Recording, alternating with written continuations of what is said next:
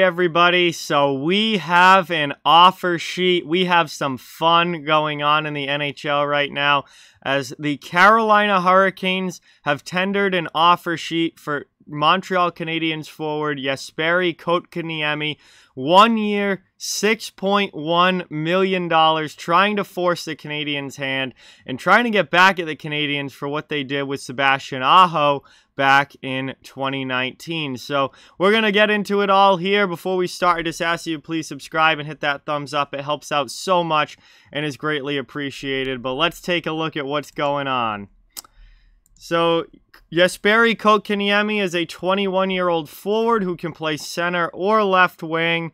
And the offer sheet that was tendered by Carolina is 1 year, $6.1 million, which is a huge amount of money for Kotkaniemi. And as you can see, last year with the Canadiens, he played all 56 games. He had 5 goals, 15 assists for 20 points and a -1 rating. And in my opinion, Kotkaniemi is in absolutely no way worth $6.1 million, but we will see here what the Canadiens decide to do. They have 7 days to either decide to match the offer, pay Kotkaniemi $6.1 million next year and keep him in Montreal, or they can take the draft pick compensation, which for a offer sheet of this size at $6.1 million is a first-round pick and a third-round pick from Carolina in exchange for Kotkaniemi. And if, to be 100% honest with you, if I'm the Canadiens here, I am strongly considering taking the draft picks. Listen, I like Kotkaniemi. He's obviously still very young at 21 years old. He was a top 3 draft pick. But right now, Jesperi Kotkaniemi has proven himself to be a third-line player in the NHL. Maybe down the road he can get himself up into being a second-line level player, but this is a guy that had 20 points last year. He is a third-line player in the NHL, and that's just not worth $6 million. So, honestly, I would strongly consider taking the picks here if I am the Montreal Canadiens.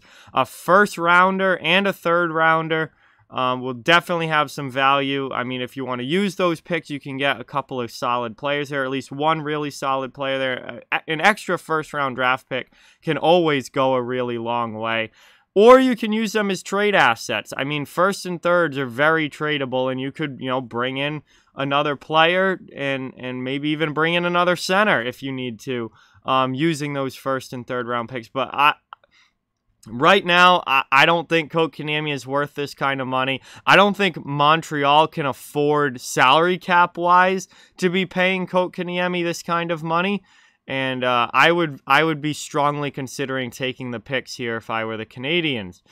For Carolina, I mean, they're a team that's spending to the cap as well. I know we're going to talk about why Carolina did this, but this isn't spectacular for Carolina's cap situation either. If Montreal takes the picks and doesn't match this offer, you now have Kotkaniemi at $6.1 million for next season. That's a big cap hit for a guy that probably is going to end up moving to the wing in Carolina, because Carolina is already pretty well set down the middle. They've got Aho, Trocheck, and Stahl down the middle. Kotkaniemi's probably going to play wing if he goes to Carolina.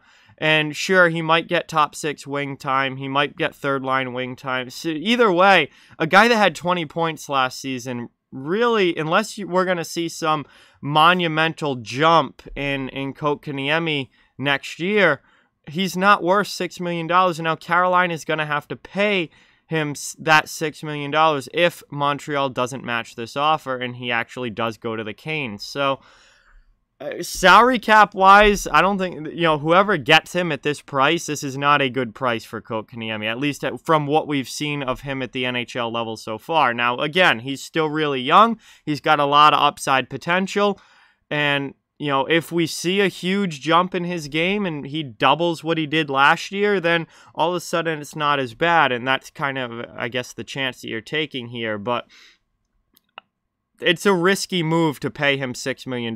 There is no doubt about that. It is a risky move. So why is Carolina doing this? Why did they just go after Kotkaniemi, massively overpay him on this one-year deal, and try and stick it to the Montreal Canadiens? Well, it goes back to 2019. So back in 2019, the Montreal Canadiens tendered an offer sheet for Sebastian Aho. Now, obviously, Aho, the offer was matched by Carolina. He's their #1 center. He's become one of the best young two-way players in the NHL.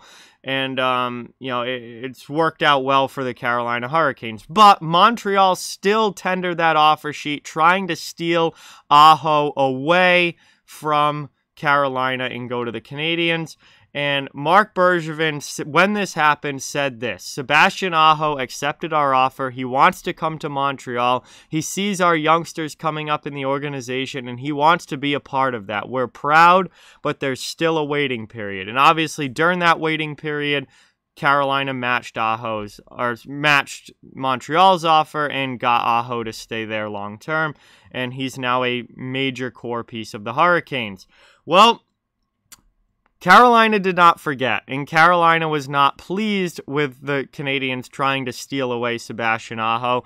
So now they go after a young forward RFA of Montreal's in Jesperi Kotkaniemi, and Canes general manager Don Waddell had this to say about offer sheeting Kotkaniemi. And if you notice here, it is almost word for word a copy of what Marc Bergevin said back in 2019. He said, Jesperi Kotkaniemi accepted our offer. He wants to come to Carolina. He sees the core we've built here, and he wants to be a part of that. We're proud, but there's still a waiting period. And he goes on to say, when you make an offer like that, we saw a vulnerable position. And I would assume that by vulnerable position, he means that the Montreal Canadiens, salary cap-wise, cannot pay Jesperi Kotkaniemi $6 million next year without making some sort of other move to open up cap space. So, yeah, it's kind of a little bit of a battle here, and I am all for it. I absolutely love this. This is fun. This is petty.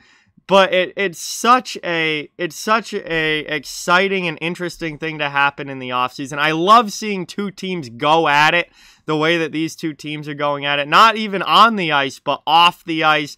The general managers throwing shade, I guess you could say, at each other. And it's great. This is fun. It's funny.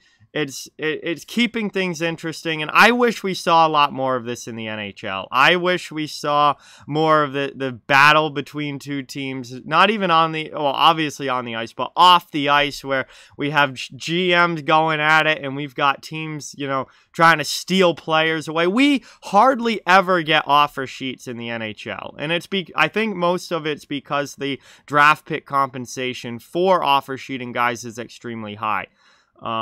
And you've got to really believe in that player becoming a star if you're going to offer sheet somebody, because you're gonna, if it's not matched and you actually get the player, you are giving up a lot of draft picks, and some very good draft picks, especially when you get higher up in the salary chain of, when you're giving guys big contracts and big money, you're giving up a lot of draft picks for that. And I think that's kind of the main reason why we don't see offer sheets very much, is because teams don't want to be giving up multiple first-round picks. Teams don't want to be, giving that much of their future away on one player, especially a young player that, unless you're 100% confident that they're going to become a superstar, that is a big risk there. So we don't see offer sheets a lot. I wish we saw them more. This is absolutely hilarious. The Canes and the Canadiens, not even in the same division. It's not like they're division rivals or anything. They're not even in the same division, but they're going at it like this.